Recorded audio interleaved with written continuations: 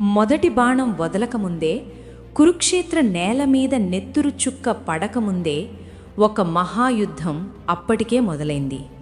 రణరంగంలో కాదు, మనిషి మనస్సులో. ఇది కేవలం అర్జునుడి కథ కాదు, ఇది మీ కథ. భయం, సందేహం, బాధ్యత మరియు మేల్కొలుపు కథ. ఆ రథం మీద జరిగిన సంఘటన మానవజాతి తలరాతనే శాశ్వతంగా మార్చేసింది. కురుక్షేత్ర రణరంగం సిద్ధమైంది. యుద్ధం ఇంకొద్ది క్షణాల్లో మొదలు కాబోతోంది. శంఖాలు మోగాయి. వీరులు సిద్ధంగా నిలిచారు. కాని ఆ కాలపు గొప్ప విలుకాడు అర్జునుడు మాత్రం వణుకుతున్నాడు. ఓ కృష్ణ, నా కాళ్ళు చేతులు పడిపోతున్నాయి. చేతిలోంచి గాంధీవం జారిపోతోంది. నా నోరు ఎండిపోతోంది. శరీరం మండుతోంది. తల తిరుగుతోంది. నాకన్నీ నేర్పిన వాళ్ళని నేనెలా చంపగలను? నా సొంత మనుషుల రక్తంతో తడిసిన రాజ్యం నాకెందుకు?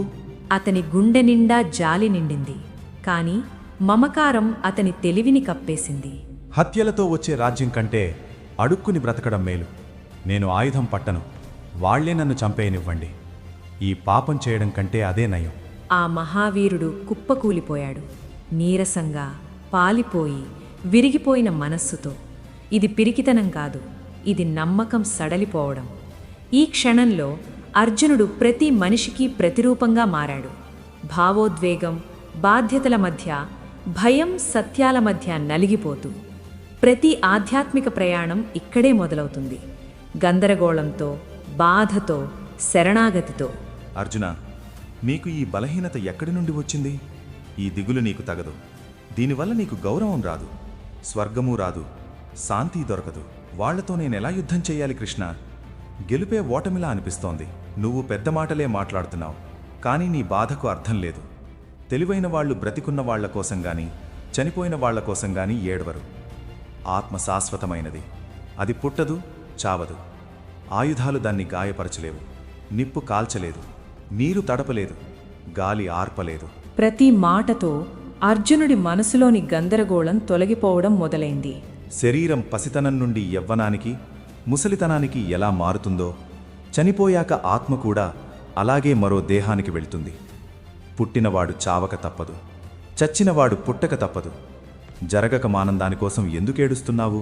ఆత్మ శాశ్వతమే అనుకుందాం, కానీ చంపడం ఎలా సరైనదవుతుంది? బాధ్యతను వదిలేసి బ్రతకడం కంటే బాధ్యతను పాటిస్తూ చనిపోవడం మేలు. ఒక వీరుడికి అవమానం మరణం కంటే ఘోరమైనది. ధర్మం కోసం పోరాడుతూ చనిపోతే నీకు స్వర్గం దక్కుతుంది. గెలిస్తే రాజ్యాన్ని అనుభవిస్తావు. అందుకే లే అర్జున. అప్పుడే కృష్ణుడు ఇప్పటిదాకా చెప్పబడిన గొప్ప సత్యాలలో ఒకటిని బయటపెట్టాడు. నీ పని నువ్వు చెయ్యి, కానీ ఫలితాల మీద ఆశ పెట్టుకోకు. లాభం కావాలనే కోరిక లేకుండా, ఓడిపోతానేమో అనే భయం లేకుండా పనిచెయ్యి. ఇదే కర్మయోగం. పనిచేయడం వరకే నీ చేతిలో ఉంది, ఫలితం నీ చేతిలో లేదు. ఆశ బంధిస్తుంది. నిస్వార్థమైన పని విముక్తినిస్తుంది. బురదలో ఉన్న బురదంటని తామర పువ్వులా జ్ఞానులు ఈ ప్రపంచంలో పనిచేస్తారు, కానీ దాని మలినం వాళ్లకంటదు. కృష్ణ, స్థితప్రజ్ఞుడు ఎలా జీవిస్తాడు?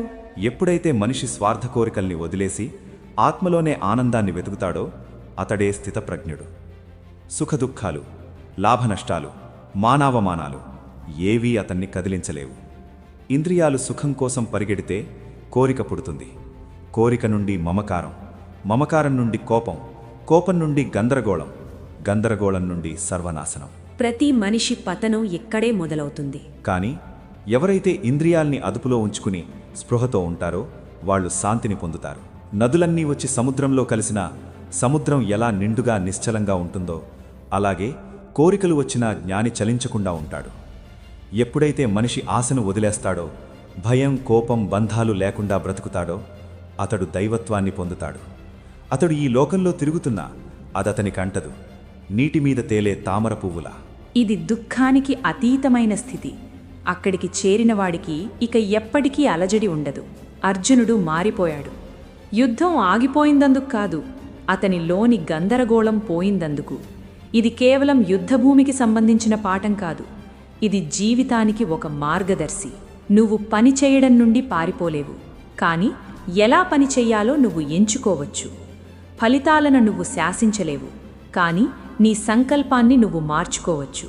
నిజాయితీగా పనిచెయ్యి, ఫలితాన్ని వదిలేయి, స్వేచ్ఛను పొందు.